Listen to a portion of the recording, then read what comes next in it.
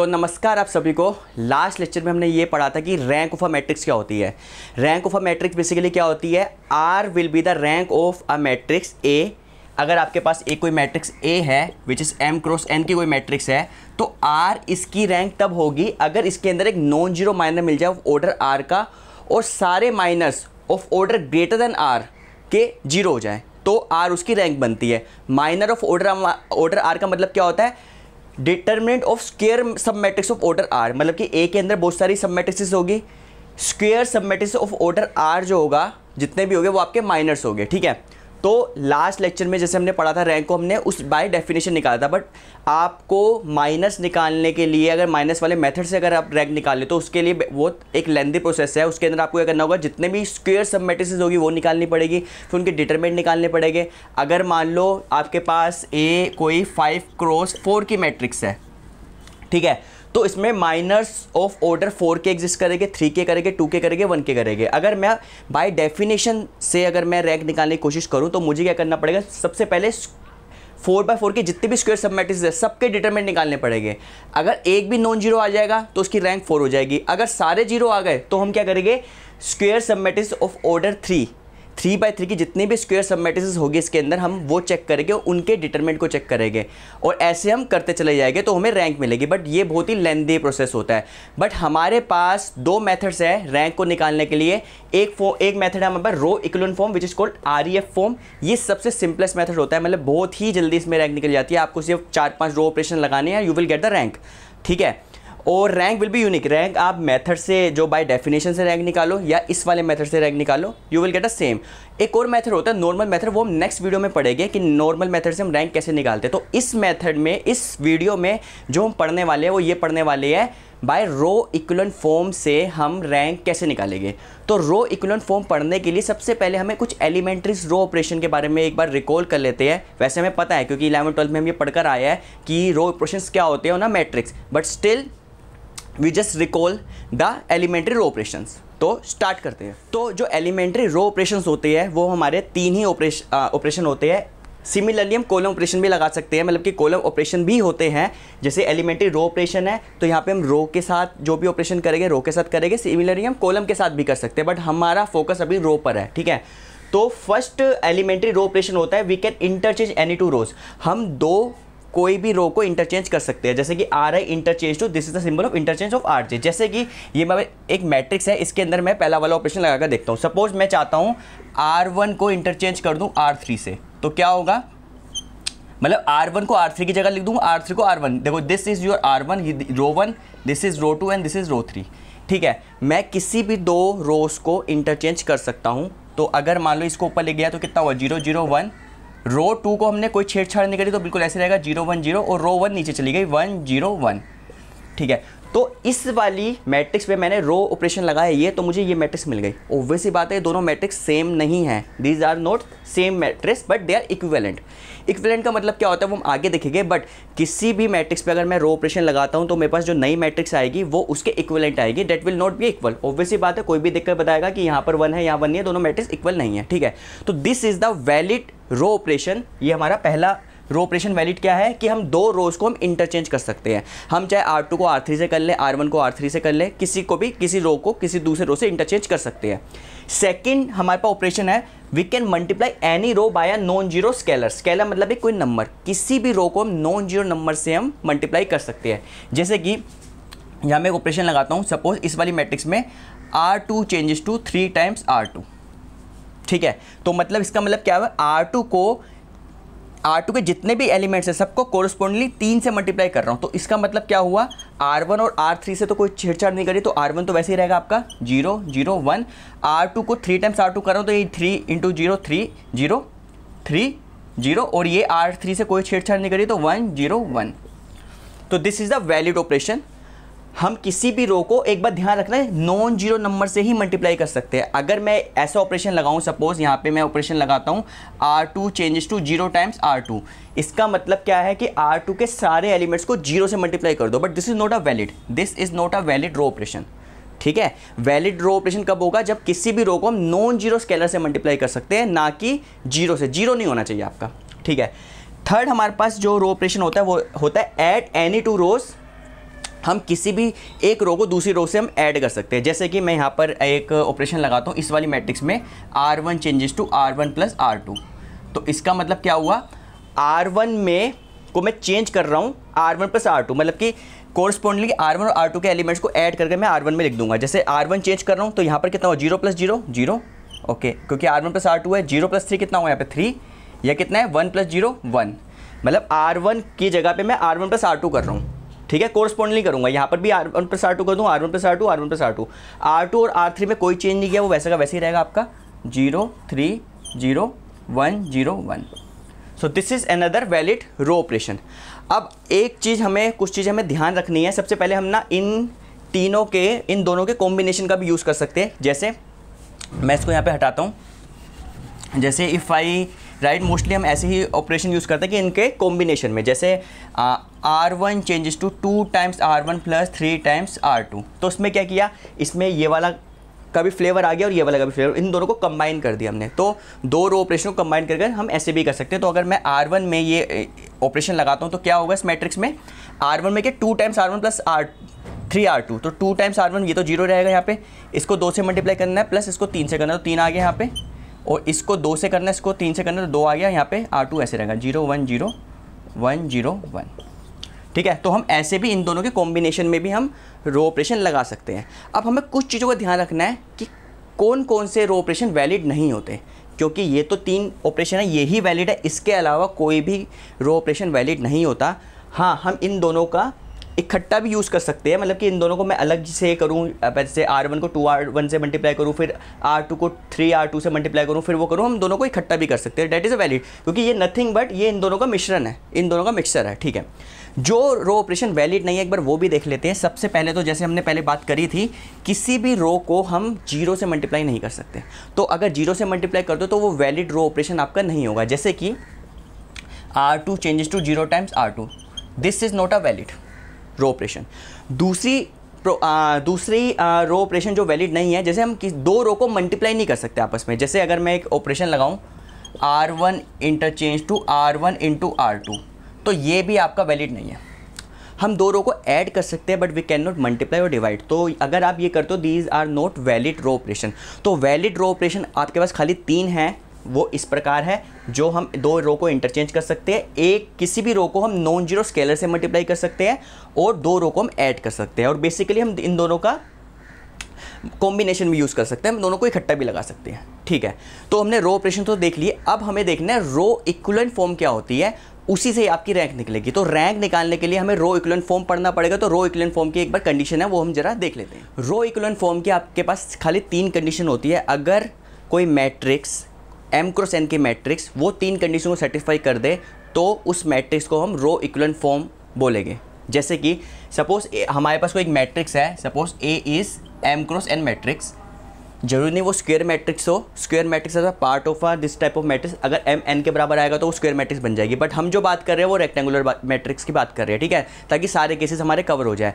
तो रो equivalent form की जो सबसे पहली कंडीशन है वो ये होती है, non zero rows are above and zero rows are below. जैसे कि जितनी भी आपके मैट्रिक्स में नॉन जीरो रोज होगी वो ऊपर होनी चाहिए, जीरो रोज नीचे होनी चाहिए। जैसे कि मैं एक मैट्रिक्स लिखूँ यहाँ पे, सपोज एक मैं यहाँ पे मैट्रिक्स लिख रहा हूँ 0 0 0 1 0 0 0 0 1, ठीक है।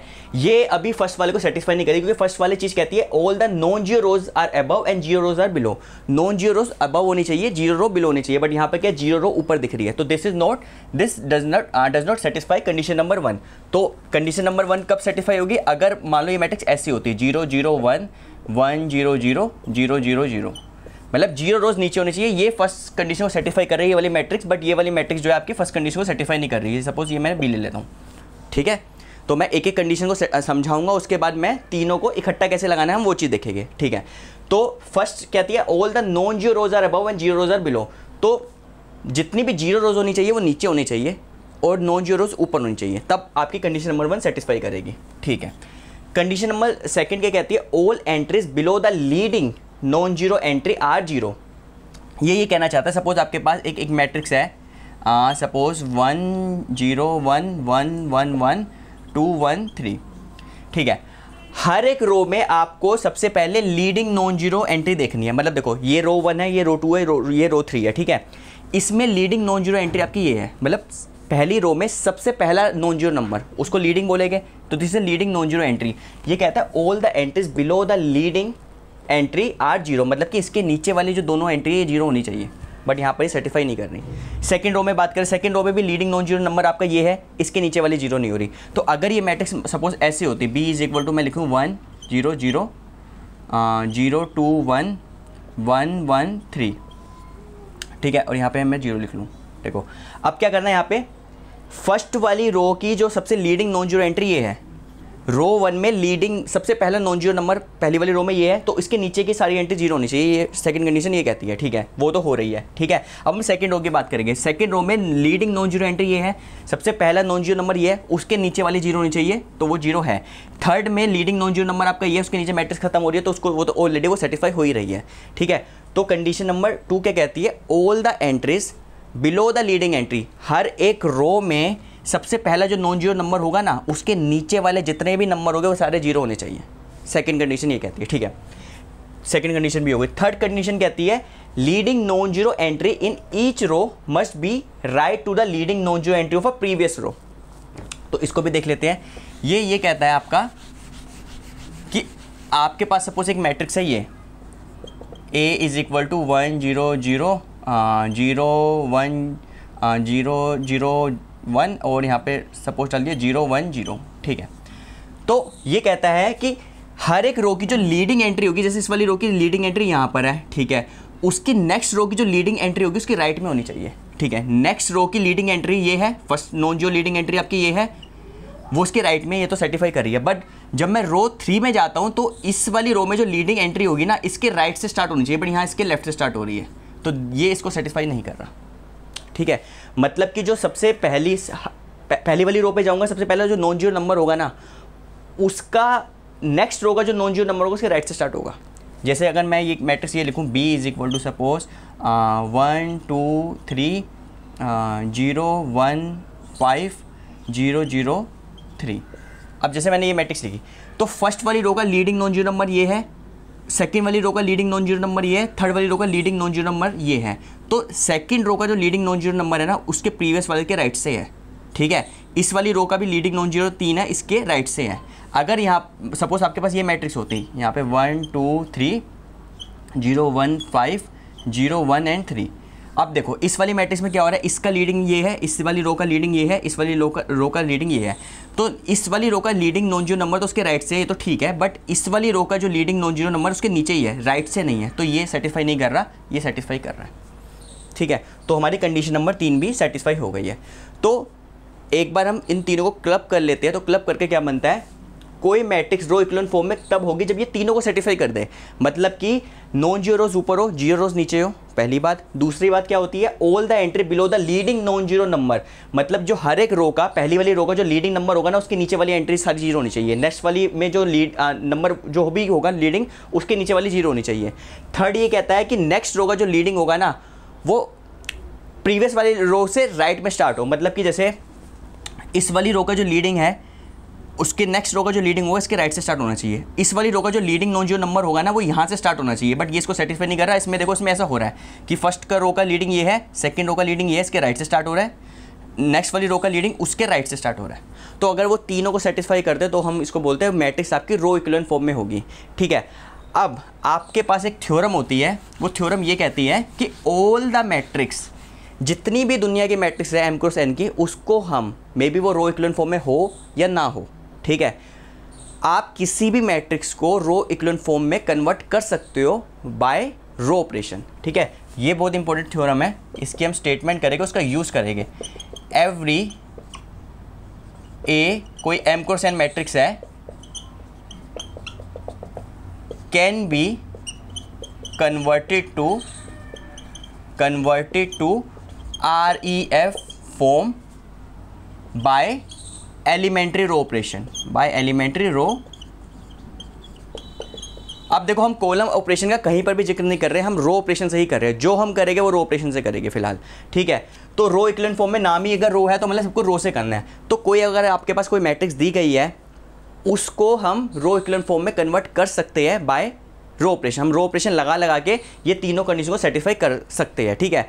और कराना कैसे है, निकालना करना कैसे, उसके हम एग्जांपल्स करेंगे। अब हम जो है मेन रैंक जो हमने करना था बाय आरईएफ फॉर्म में, हम रैंक की डेफिनेशन कर लेते हैं, उसके बाद डायरेक्ट हम एग्जांपल्स करेंगे जिससे हम आरईएफ की मदद से हम रैंक निकालेंगे। ठीक है, तो उसको मैं हटा देता हूँ। तो बेसिकली अब रैंक की डेफिनेशन क्या होती है, रैंक की डेफिनेशन क्या है, नंबर, मे बी रैंक की डेफिनेशन तो वो है जो हमने लास्ट वीडियो में करी थी, बट रैंक को निकालेंगे कैसे आरईएफ फॉर्म में, कैसे निकालेंगे, number of non zero rows in REF form of A, this is equal to rank, वो आपकी रैंक ऑफ ए आ जाएगी। मतलब आपको पास कोई एक मैट्रिक्स दी जाएगी m क्रॉस n की, आप क्या करोगे उसमें रो ऑपरेशन लगाओगे और उसको आरईएफ में कन्वर्ट कर दोगे। सपोज उसको आरईएफ में कन्वर्ट करने के बाद जो उसकी नंबर ऑफ नॉन जीरो रोज होगी ना, जितनी नंबर ऑफ नॉन जीरो रोज होगी उतनी ही उसकी रैंक हो जाएगी। सपोज आपके पास एक कोई मैट्रिक्स है, सपोज आपके पास 2 क्रॉस 3 की कोई मैट्रिक्स है, ठीक है। आप क्या करते हो, सपोज ए मैट्रिक्स को आप आरईएफ के फॉर्म में ले आते हो, मतलब इसको मैं आरईएफ के फॉर्म में लगा के, सपोज ये आपके ये आ गया 1 0 0 0 1 2, सपोज ये हमारे पास इसको मैट्रिक्स को रो ऑपरेशन लगाकर आरईएफ के फॉर्म में लाएंगे। सपोज आरईएफ के फॉर्म में आने के बाद ये चीज़ आ गई, ये आरईएफ की फॉर्म में है, सेटिस्फाई कर रहा है, तो उसमें नॉन जीरो रोज कितनी है, एक पहली रो नॉन जीरो, दूसरी रो नॉन जीरो, तो उसकी रैंक कितनी हो जाएगी, rank of A is equal to 2। अब हम सीधे एग्जाम्पल्स पर जाते हैं जिसमें हमें एक मैट्रिक्स दी जाएगी और उसके में रैंक निकालिए, तो उससे हमारी रो इक्विवेलेंट फॉर्म की भी प्रैक्टिस हो जाएगी और हम रैंक की भी प्रैक्टिस कर लेंगे। तो हमारा सबसे पहला एग्जांपल है find the rank of this matrix. हमें ये एक मैट्रिक्स दी गई है जिसका ऑर्डर 3 क्रॉस 3 है, ठीक है। मुझे इसकी रैंक निकालनी है बाय आरईएफ फॉर्म, तो रो इक्विवेलेंट फॉर्म की मदद से हमें इसकी रैंक निकालनी है। तो सबसे पहले हम क्या करेंगे, इस मैट्रिक्स को रो इक्विवेलेंट फॉर्म में कन्वर्ट कर देंगे। अब रो इक्विवेलेंट फॉर्म में कन्वर्ट करने के लिए आपको जो मैंने 3 कंडीशन लिखवाई थी वो याद होनी चाहिए, तो रिकॉल भी करेंगे हम वो कंडीशन को और इस क्वेश्चन पे अप्लाई भी करेंगे, ठीक है। तो जैसे हमें पता है किसी भी मैट्रिक्स को मैं रो ऑपरेशन लगा के आरईएफ के फॉर्म में ला सकता हूँ, तो इस मैट्रिक्स में हम रो ऑपरेशन लगा के इसको आरईएफ के फॉर्म में लेकर आएंगे। तो आरईएफ की फॉर्म में सबसे पहली कंडीशन क्या होती थी, सबसे पहली कंडीशन होती थी all the non zero rows above and zero rose below.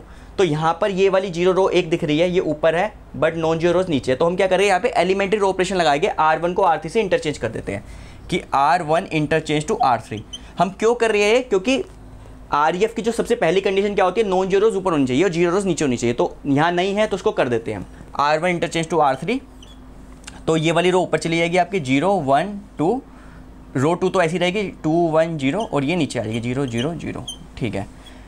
तो आरईएफ की सबसे पहली कंडीशन सेटिस्फाई होगी, नॉन जीरो रोज ऊपर होनी चाहिए, जीरो रोज नीचे होनी चाहिए, वो तो यहाँ पर हो रही है, ठीक है। सेकंड कंडीशन क्या होती थी, हर एक रो का जो लीडिंग नॉन जीरो नंबर होगा ना उसके नीचे वाले सारे जीरो करने हैं हमें, ठीक है। पहली वाली रो में लीडिंग नॉन जीरो नंबर आपका ये है, तो मुझे इसको और इसको जीरो करना है, तो पहले से जीरो है, इसको जीरो करना है, तो इसको जीरो कैसे करेंगे, बाय रो ऑपरेशन। आपको कोलन ऑपरेशन नहीं लगाना, सिर्फ रो ऑपरेशन लगाने हैं। रो ऑपरेशन पहले कर चुके हैं, जो वैलिड रो ऑपरेशन है वही लगा सकते हैं, हमारे पास 3 रो ऑपरेशन है उसी का यूज़ करना है और हो जाएगा उससे। इसको जीरो बनाने के लिए हम क्या करेंगे, अगर हम R2 माइनस R1 कर दूँ तो ये जीरो हो जाएगा, ठीक है। तो करते हैं R2 changes to R2 minus R1, तो यहाँ पर अगर हम ये ऑपरेशन लगाए तो क्या बनेगा आपका, R2 माइनस R1 है तो R1 में तो कोई चेंज नहीं है, तो R1 तो ऐसे रहेगा आपका 0 1 2, ठीक है। R2 माइनस R1 तो 2 माइनस 0 कितना होगा 2, 1 माइनस 1 0 माइनस 2 0 0 0, ठीक है। तो पहली वाली रो का जो लीडिंग नॉन जीरो नंबर ये था उसके नीचे के सारे जीरो है। अब सेकंड रो के हर एक रो में करना है चेक, सेकंड रो में लीडिंग नॉन जीरो नंबर ये है, इसके नीचे के तो जीरो है ही है। थर्ड रो में कोई जीरो नंबर है ही नहीं तो वो वैसे सेटिस्फाई हो रही है, ठीक है। थर्ड कंडीशन क्या थी, लास्ट एंड थर्ड कंडीशन की नेक्स्ट रो का जो लीडिंग नॉन जीरो नंबर होगा ना वो प्रीवियस रो के राइट में होना चाहिए। देखो इस वाली रो में लीडिंग नॉन जीरो नंबर ये है, बट नेक्स्ट वाली रो में जो लीडिंग नॉन जीरो नंबर है ना वो उसके लेफ्ट से स्टार्ट हो रहा है, यहाँ से स्टार्ट होना चाहिए था, मतलब कि उसके नीचे भी जीरो होना चाहिए, उसके लेफ्ट में भी जीरो होना चाहिए, बट यहाँ पे नेक्स्ट लीडिंग राइट यहाँ से स्टार्ट हो रहा है लेफ्ट से। तो मैं क्या करूँगा, अगर मैं इसको इंटरचेंज कर दूँ, suppose R1 interchange to R2 कर दूँ यहाँ पे मैं, तो कितना बनेगा मेरा, ऊपर चला जाएगा 2 0 माइनस 2 0 1 2 और ये कितना होगा 0 0 1 0 0 0, सॉरी R3 में तो कोई चेंज किया ही नहीं हमने, ठीक है। अब देखो नेक्स्ट रो का जो लीडिंग नंबर है वो पहले वाले के रीडिंग के राइट में है, उसका तो लीडिंग है ही नहीं तो वो वैसे सेटिस्फाई, जब सारी रो जीरो हो तो वो वैसी बात है वो सेटिस्फाई कर ही रहा है, ठीक है। और देखो अब ये वाला जो मैट्रिक्स ये आई है ना, ये रो इक्विवेलेंट फॉर्म की तीनों कंडीशन सेटिस्फाई करता है। पहली कंडीशन क्या आती है, non zero rows above, zero रोज बिलो, जीरो रोज बिलो है, नॉन जीरो रोज अबव है। सेकंड कंडीशन क्या आती, हर एक रो का जो लीडिंग नॉन जीरो नंबर होगा उसके नीचे वाले सारे जीरो होने चाहिए। इस वाली रो का लीडिंग नॉन जीरो नंबर ये है, इसके नीचे के जीरो है। इस वाली रो का लीडिंग नॉन जीरो नंबर ये है, इसके नीचे के जीरो है। इस वाले में लीडिंग है ही नहीं तो वो सेटिस्फाई कर ही रही है। थर्ड कंडीशन क्या होती थी, नेक्स्ट का जो लीडिंग नॉन जीरो होगा प्रीवियस के राइट से स्टार्ट हो। देखो इसका जो ये तो फर्स्ट वाली है, फर्स्ट तो सेटिस्फाई करेगी। नेक्स्ट रो का जो लीडिंग है ना वो इस वाली रो के लीडिंग के राइट से स्टार्ट हो रहा है और इसमें तो लीडिंग है ही नहीं, तो ये आपकी REF की फॉर्म में है। Now this is in the REF form, row equivalent form में है। अच्छा अब ये मैं बता देता हूँ आपको कि अगर आप रो ऑपरेशन दूसरे लगा रहे हो तो हो सकता है आपकी मैट्रिक्स दूसरी आ जाए, ठीक है, हो सकता है, बट मैट्रिक्स ही तीनों कंडीशन सेटिस्फाई होनी चाहिए। एंट्रीज आपकी दूसरी भी आ सकती है, ठीक है, तो उसमें कोई दिक्कत वाली बात नहीं है। अब हमें रैंक क्या होती थी, rank is equal to number of non zero rows in a REF form, ठीक है। इस मैट्रिक्स की REF फॉर्म आपकी ये है, इसमें नॉन जीरो रोज कितनी है, पहली नॉन जीरो रो, दूसरी जीरो रो का मतलब क्या होता है, उस रो के सारे एलिमेंट जीरो होने चाहिए। अगर एक भी नॉन जीरो हो गया तो वो नॉन जीरो रो मानी जाएगी, ठीक है।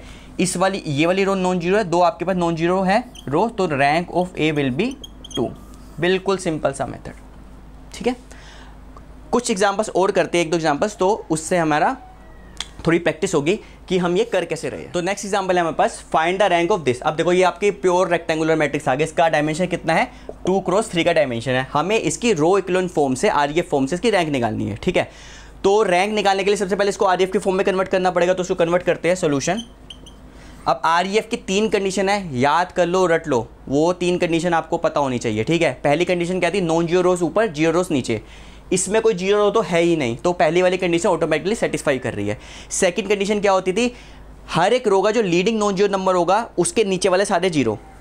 फर्स्ट वाली रो से स्टार्ट करते हैं, फर्स्ट वाली रो में लीडिंग नॉन जीरो नंबर आपका ये है, इसके नीचे वाले जीरो करना है, मतलब इसको जीरो बनाना है। इसको जीरो बनाने के लिए क्या करूँगा मैं, इसको अगर 2 से मल्टीप्लाई कर दूँ, उसको माइनस कर दूँ, R2 changes to 2R2 minus R1, तो करते हैं R1 तो वैसे ही रहेगा आपका 2 माइनस 1 0, 2R2 माइनस R1 कितना होगा यहाँ पे 0, यहाँ पे 2, तो माइनस माइनस प्लस 1 3 हो जाएगा यहाँ पे, और ये कितना हो जाएगा यहाँ पे 2, ठीक है। तो ये ऑपरेशन लगा, ये आ गया। अब देखो सेकंड कंडीशन अब सेटिस्फाई कर रही है REF की, कि फर्स्ट रो का लीडिंग नॉन जीरो नंबर ये है, उसके नीचे के जीरो। सेकंड रो का लीडिंग नॉन जीरो नंबर ये है, उसके नीचे मैट्रिक्स खत्म हो रही है, तो वो जीरो ही मानी जाएगी, वो सेटिस्फाई हो रही है, ऑटोमेटिकली सेटिस्फाई हो रही है, ठीक है।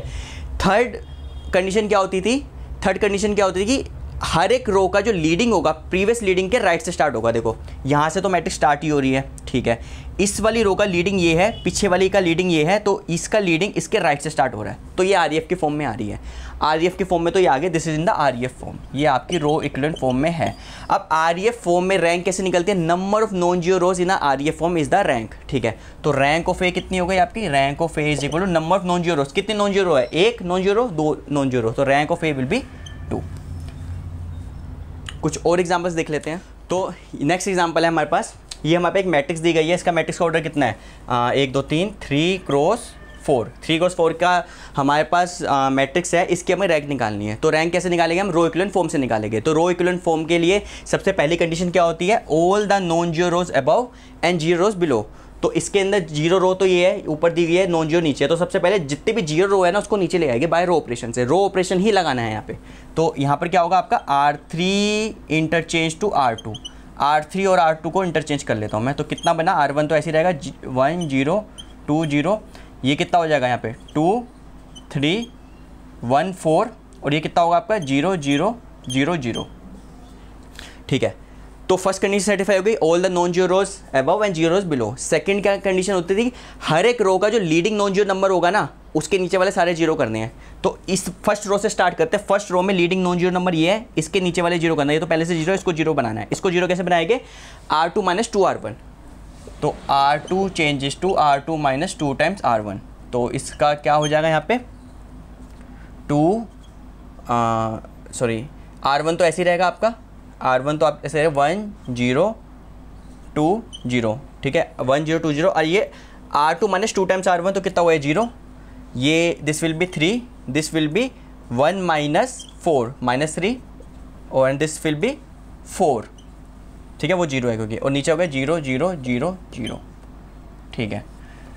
तो फर्स्ट वाली रो का जो लीडिंग नॉन जीरो नंबर उसके नीचे के जीरो बना दिए। अब सेकंड रो पे स्टार्ट करते हैं। सेकंड रो में लीडिंग नॉन जीरो नंबर ये है, इसके नीचे जीरो बना देते तो पहले से जीरो बना हुआ है। थर्ड वाली रो में सारे के सारे जीरो है तो वो सेटिस्फाई कर ही रहा है। अब थर्ड कंडीशन क्या होती थी, नेक्स्ट रो का जो लीडिंग होगा प्रीवियस लीडिंग के राइट से स्टार्ट होगा।